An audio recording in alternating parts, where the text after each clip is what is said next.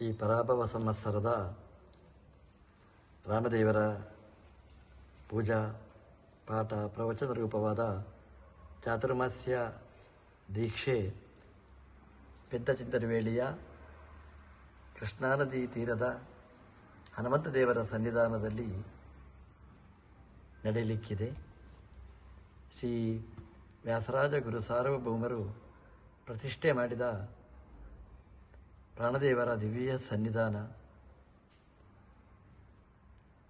ಅವ್ಯಕ್ತವಾದ, ಯಾರಿಗೂ ಕಾಣದೆ ಏಕಾಂತದಲ್ಲಿದ್ದ ಆ ಪ್ರಾಣದೇವರನ್ನು ಉಪಾಸನೆ ಮಾಡಿ ದಿವ್ಯ ದೃಷ್ಟಿಯಿಂದ ಕಂಡು ನಮಗೆಲ್ಲ ಅನುಗ್ರಹ ಮಾಡಿದವರು ಶೇಷದಾಸರು.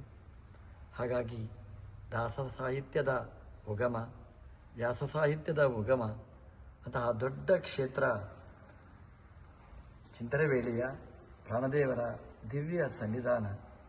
ಅದಕ್ಕೆ ಪೂರಕವಾಗಿ ಮಹಾನದಿಗಳಲ್ಲಿ ಒಂದಾದ ಕೃಷ್ಣಾ ನದಿಯ ಪ್ರವಾಹ, ಅದಕ್ಕೆ ಸರಿಯಾಗಿ ಚಾತುರ್ಮಾಸ್ಯದ ಪರ್ವಕಾಲ, ಈ ಎಲ್ಲದರ ಸಂಗಮ ನಾಡ್ದು 8ನೇ ತಾರೀಕಿನಿಂದ ಪ್ರಾರಂಭ ಮಾಡಿ 2 ತಿಂಗಳ ಕಾಲ ಚಿಂತನವೇಳಿಯಲ್ಲಿ ನಡೆಯಲಿಕ್ಕಿದೆ.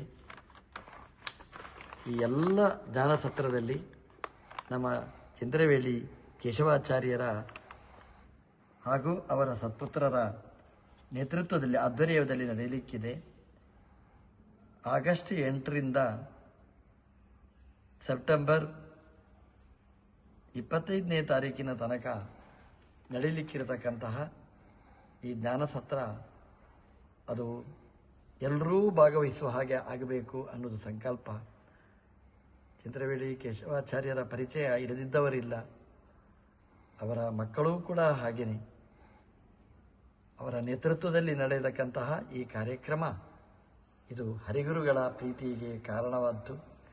ಎಲ್ಲ ಭಗವದ್ಭಕ್ತರು ಈ ಕಾರ್ಯಕ್ರಮದಲ್ಲಿ ಭಾಗವಹಿಸಿ ಹರಿಗುರುಗಳ ಅನುಗ್ರಹಕ್ಕೆ ಪಾತ್ರರಾಗಬೇಕು ಅಂತ ಅಪೇಕ್ಷೆ ಪಡ್ತೀನಿ.